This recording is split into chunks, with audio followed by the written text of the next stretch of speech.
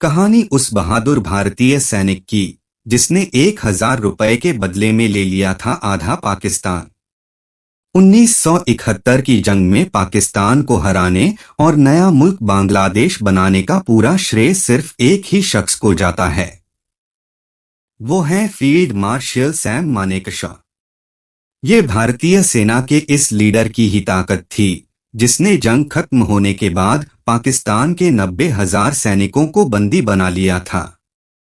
उनकी शरारतों और मजाक के कई किस्से आज भी बेहद मशहूर हैं।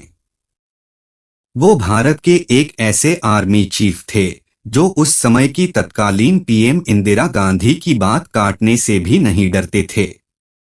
इतना ही नहीं, वो इंदिरा गांधी को स्वीटी तक कह डालते थे। सैम मानेकशॉ का पूरा नाम सैम होरमुसजी फ्रेमजी जमशेदजी मानेकशॉ है। इनका जन्म 3 अप्रैल 1914 को हुआ था। वह 1932 को इंडियन मिलिट्री एकेडमी के पहले बैच के 40 लोगों में से एक थे। सैम मानेकशॉ का पाकिस्तानी राष्ट्रपति से जुड़ा एक किस्सा काफी मशहूर है। दरअसल मानेकशॉ और पाकिस्तान के तत्कालीन राष्ट्रपति याह्या खान एक साथ फौज में थे और दोस्त हुआ करते थे।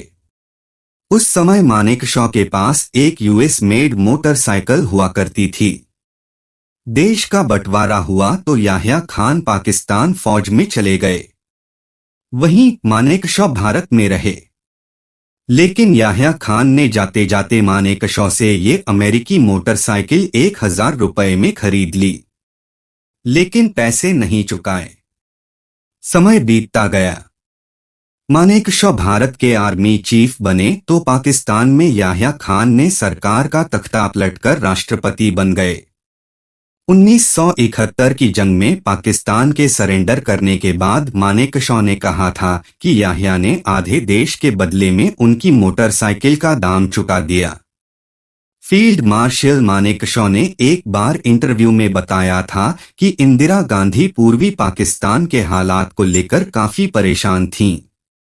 सबसे बड़ी समस्या पूर्वी पाकिस्तान से भारत आ रहे शरणार्थी थे। मानेकशॉ ने बताया कि 27 अप्रैल को इंदिरा ने आपात बैठक बुलाई और लोगों को अपनी परेशानी बताई। इस मीटिंग में मानेकशॉ भी बैठे थे। इंदिरा ने पूर्वी पाकिस्तान में इंडियन आर्मी को दखल देने की बात कही तो मानेकशॉ ने तुरंत इसका विरोध कर दिया।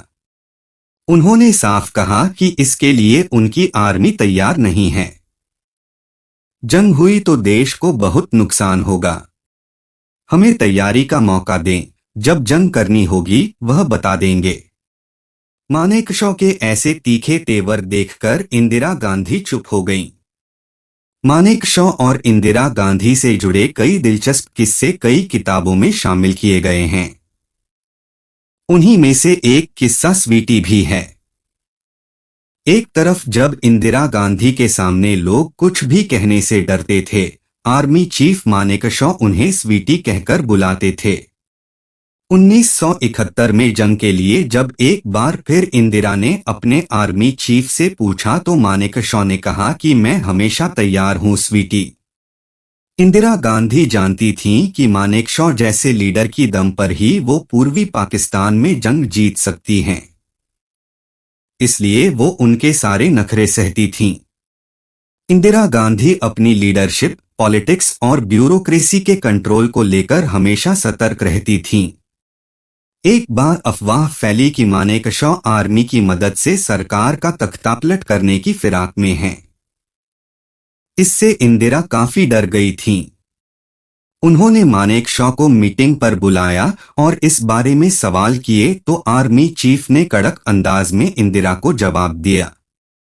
उन्होंने कहा, मेरी और आपकी दोनों की नाक बड़ी लंबी है, मगर मैं दूसरे के काम में अपनी नाक नहीं अड़ाता, इसलिए आप भी मेरे काम में नाक न डालें। सैम के नेतृत्व में ही भारतीय सेना ने 1971 का युद्ध लड़ा था और पूर्वी पाकिस्तान के लोगों को प्रताड़ना से मुक्ति दिलाई थी। इसी के साथ इस सच्ची और प्रेरणादायक कहानी का यहीं पर समापन होता है। भारत माता की जय। Long live Indian army.